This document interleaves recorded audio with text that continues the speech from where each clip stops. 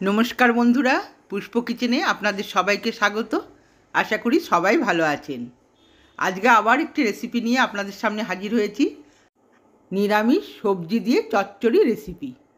খেতে হয় অসাধারণ বন্ধুরা, সম্পূর্ণ নিরামিষ আর নিরামিষ দিনের দারুণ রেসিপি। দেখুন, এর জন্য আমি নিয়ে নিয়েছি ফুলকপি, রাঙা আলু, বাঁধাকপি, উচ্ছে আর নিয়েছি বিনস আর বেগুন। এইদিকে ছোটো ছোটো করে কুমড়ো কেটে নিয়েছি, ডুমো ডুমো করে আলু, বড়ি আর কাঁচা লঙ্কা। এই দিয়েই আমার আজকে চচ্চড়িটা আমি করব। আপনারা আমার সাথে থাকুন, দেখতে থাকুন। দেখুন, প্রথমেই কড়াই চাপিয়ে দিয়েছি। এবার নিয়ে নিলাম পরিমাণ মতো সর্ষের তেল। বড়িগুলোকে প্রথমেই ভেজে নেব। সুন্দর করে নেড়ে চেড়ে বড়িগুলোকে লাল করে ভেজে নিতে হবে। বড়ি ভাজা হয়ে গেছে, তুলে নিচ্ছি। সব বড়িগুলো তুলে নিলাম। এবার দিয়ে দিচ্ছি ওই তেলেতেই উচ্ছে। লম্বা লম্বা করে উচ্ছে কেটেছি। দেখুন, উচ্ছেগুলোকেও লাল করে ভেজে নেব। উচ্ছেটা ভাজা হয়ে গেছে, এবার তুলে নিচ্ছি। এবার দিয়ে দিচ্ছি ফুলকপি। ফুলকপিটাকে আমি লবণ আর হলুদ মাখিয়ে নিয়েছি। আমি সব সবজিগুলো যে ভাজলাম বন্ধুরা, সব কিছুতেই লবণ আর হলুদ আমি মাখিয়ে নিয়েছিলাম। এবার ঢাকা দিয়ে দেব। ঢাকাটা খুলে দেখুন, কপিটা ভাজা হয়ে গেছে। একবার আমি ঢাকা খুলে নেড়ে দিয়েছিলাম। ফুলকপি ভাজা হয়ে গেছে, তুলে নিচ্ছি। এবার দিয়ে দিচ্ছি সামান্য তেল আছে বিনসগুলো বেশি ভাজবো না, সামান্য নেড়ে চেড়ে তুলে নেব। বিনস ভাজাটা এবার তুলে নিচ্ছি। দেখুন, ভাজাগুলো আমার হয়ে গেছে।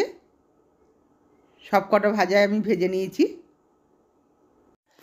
এবার কড়াইতে দিয়ে দেবো সামান্য পরিমাণে তেল। তেলটা বেশি দেব না, বেগুনের তেলটা টেনে নেবে। এই তেলে আমি বেগুনটা ভেজে নেব। সবটা বেগুন দিয়ে দিলাম। এবার সুন্দর করে নেড়ে চেড়ে ভেজে নিতে হবে। দিয়ে দিচ্ছি সামান্য পরিমাণে লবণ। লবণটা দিয়ে নেড়ে চেড়ে দিলাম। দেখুন, বেগুনটাকে লাল লাল করে ভেজে নিয়েছি। ভাজা হয়ে গেছে, এবার আমি তুলে নেব। বেগুনে পুরো তেলটাই টেনে নিয়েছে। এবার আমি সামান্য তেল দিয়ে দিলাম। তেলটা ভালো করে গরম করে দিয়ে দিলাম একটা তেজপাতা, দুটো শুকনো লঙ্কা আর 1 চামচ 5 ফোড়ন। ভালো করে ফোড়নটাকে ভেজে নেব। সুন্দর একটা সেন্ট উঠলে আমি দিয়ে দিচ্ছি ডুমো ডুমো করে কাটা আলু। আলুগুলোকে দিয়ে সুন্দর করে নেড়ে চেড়ে ভেজে নিতে হবে। 2 মিনিট ভাজার পর আমি দেখুন দিয়ে দিচ্ছি রাঙা আলু, কুমড়ো আর দিয়ে দিচ্ছি কোচানো বাঁধাকপি। বাঁধাকপিগুলোকে একটু বড় বড় করে কোচাতে হবে, খুব ছোট করে কোচাবার দরকার নেই, তাহলে পুরোটাই গলে যাবে। দেখুন, আমি কত বড় বড় কুচিয়ে নিয়েছি। আর দিয়ে দিলাম চেরা কাঁচা লঙ্কা। এই কাঁচা লঙ্কা দিয়েই আমি রান্নাটা করব।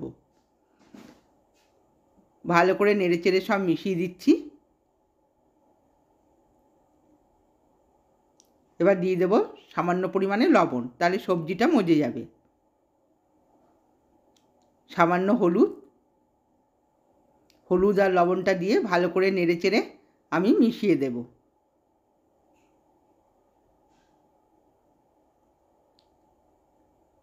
দেখুন, এবার ঢাকা দিয়ে দিচ্ছি। 2 থেকে 3 মিনিট আমি সেদ্ধ করে নেব সবজিগুলোকে। এদিকে একটা মশলার পেস্ট আমি করে নেব। দিয়ে দিচ্ছি 1 চামচ কালো সর্ষে আর 1 চামচ গোটা জিরে আর সামান্য পরিমাণে আদাটা খুবই কম লাগবে। সামান্য জল দিয়ে ভালো করে একটা পেস্ট করে নেব। দেখুন, এদিকে সবজিটাও সেদ্ধ হয়ে গেছে। এবার একটু নেড়ে চেড়ে দিচ্ছি। ভালো করে নেড়ে দিলাম। এবার দিয়ে দিচ্ছি মশলার পেস্টটা। সর্ষে আর জিরে আদা দিয়ে যে পেস্টটা করেছিলাম, পেস্টটা দিয়ে দিলাম। আর মিক্সিং ধোয়া জল সামান্য দিয়ে ভালো করে নেড়ে চেড়ে মিশিয়ে দেব। আর এই সময় গ্যাসের স্টিমটা মিডিয়ামে রাখবো। দেখুন, ভালো করে নেড়ে চেড়ে মিশিয়ে দিলাম। দিয়ে দিলাম 1 চামচ চিনি। নিরামিষ চচ্চড়িতে একটু চিনি দিলে খেতে ভালো লাগে। এবার দিয়ে দেবো পরিমাণ মতো জল। সর্ষেটা দিয়ে আমি বেশি ভাজবো না, তাহলে তেতো হয়ে যাবে। পরিমাণ মতো জল দিলাম, সবজিগুলো আমার সেদ্ধ হয়ে যাবে। এবার ঢাকা দিয়ে ফুটিয়ে নেব 3 মিনিট। দেখুন ঢাকাটা খুলে দিলাম 3 মিনিট পর। এবার সবজিগুলো সেদ্ধ হয়ে গেছে, আলুগুলোও সেদ্ধ হয়ে গেছে। এবার দিয়ে দেব ভাজা সবজিগুলো। ফুলকপি ভাজাটা দিয়ে দিলাম, দিয়ে দিচ্ছি বিনস ভাজা। এবার দিয়ে দেব উচ্ছে আর বেগুন। সমস্ত ভাজা সবজিগুলো এতে দিয়ে দেব। আর শেষে দিয়ে দিলাম বড়িগুলো। বড়িগুলো আমি একটু হাতে করে গুঁড়ো করে নিয়েছিলাম। চচ্চড়িতে বড়ি একটু ভেঙে ভেঙে দিলে খেতে ভালো লাগে। এবার সুন্দর করে নেড়ে চেড়ে দেব। এবার বন্ধুরা একটু টাইম নিয়ে 5 থেকে 6 মিনিট আমি সুন্দর করে ভেজে নেব। চচ্চড়িতে একটুও জল থাকবে না, সুন্দর ভাজা ভাজা হবে, একটা সেন্ট উঠবে, তাহলেই খেতে ভালো লাগবে। দেখুন জলটা আমার পুরোটাই টেনে নিয়েছে, পুরো ভেজে নিয়েছি আমি, একদম শুকনো শুকনো হয়ে গেছে, আর খেতেও খুব ভালো হবে বন্ধুরা। এবার আমি তুলে নিচ্ছি। আমার রেসিপিগুলো যদি ভালো লেগে থাকে আমার চ্যানেলটিকে সাবস্ক্রাইব করবেন, লাইক করবেন আর কমেন্টসে জানাবেন আপনাদের কেমন লাগলো।